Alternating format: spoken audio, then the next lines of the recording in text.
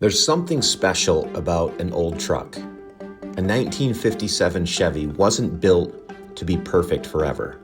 It was built to be used, maintained, repaired, and improved over time. And honestly, that's a lot like building a great team or organization. You don't create lasting improvements by changing everything overnight. You start by understanding what you have, identifying what isn't working, and making small changes that move you forward. Every rattle, every worn part, every challenge with this truck tells a story. The goal isn't to erase its history, it's to make it better while keeping what makes it unique. That's the same mindset behind continuous improvement. Great leaders don't just look for quick fixes.